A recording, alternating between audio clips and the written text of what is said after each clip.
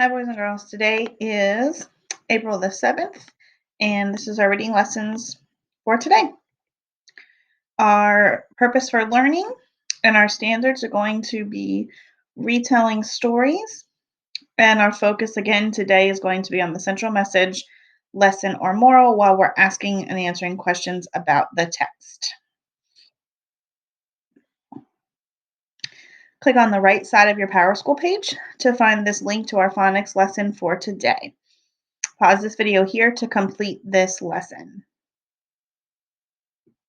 All right, so let's review how we retell a story, which is going to help us find the central message.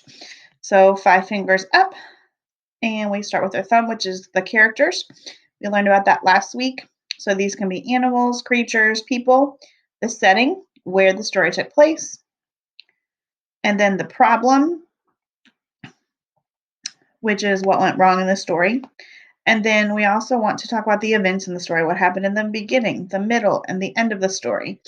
And then the solution, which how the problem was solved. So we'll use this as we read to figure out the central message. Let's read a story. We are going to read The Wolf and the Sheep's Clothing, which we read last week, but last week our focus was a little different. So this week we are going to focus on the part of the standard that specifically talks about central message.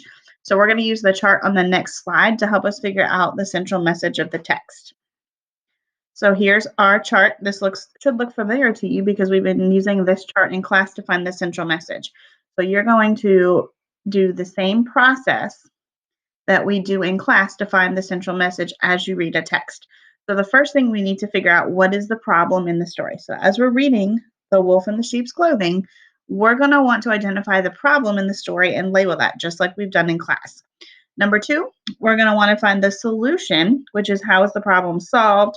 How did the problem get fixed? Number 3, what did the characters learn? So that's going to help us to figure out the central message, because number 4 tells us, what does the character teach you? So remember that when you're doing a central message or a moral or a lesson, you want to apply that to you, not just the characters in the story. So we're going to begin by reading The Wolf and the Sheep's Clothing, and we're going to use this process to help us. All right, so the title of our story is The Wolf in Sheep's Clothing. So remember, our purpose for reading is going to be finding that central message. So we're going to look for those 4 things that we just talked about on our previous slide for our chart, okay? So paragraph number 1, remember the first thing we're looking for is the problem. So when I come to the problem, I'm going to stop and identify that, because that's what good readers do as they read, is they stop and they think through the text and they take notes. All right, so once there was a wolf who wanted nothing more than to eat one of the sheep that lived in the meadow. But the sheep kept a close watch over the sheep. The shepherd kept a close watch over the sheep. Every time he saw the wolf, he chased him back into the forest. One night, the wolf found a sheep's fluffy white fleece.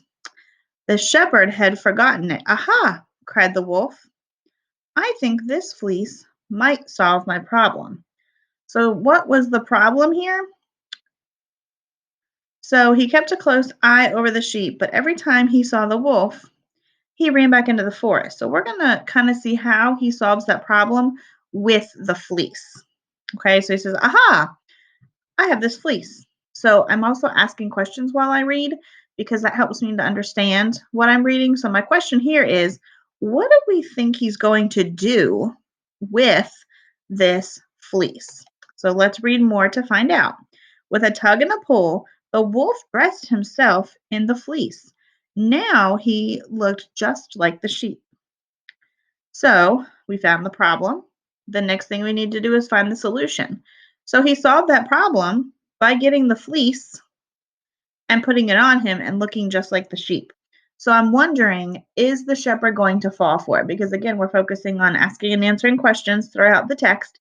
So we're going to ask some questions about the text. So I'm wondering, what's going to happen next? Let's make a prediction. So stop and make a prediction here about what you think is going to happen next. The wolf trotted into the meadow wearing the fleece. He walked among the sheep, and at this time the shepherd didn't chase him away. Then, that very night, the wolf carried off a large sheep to have for his dinner. The next day, the wolf wore the fleece again and strolled freely among the sheep. But this time, the shepherd did notice the wolf. He said to himself, "That looks like a fine sheep for my stew tonight." Before Wolf could leap away, the shepherd grabbed him, and that night the shepherd enjoyed a delicious stew. So we talked about the problem. We talked about how the problem was solved. Now we need to figure out what the central message is. So, what do the characters learn? So, the characters learn a couple of things. One of the things is probably not to trust someone. So, don't always trust everybody that you come in contact with. So, then we need to apply that to ourselves, which is our central message.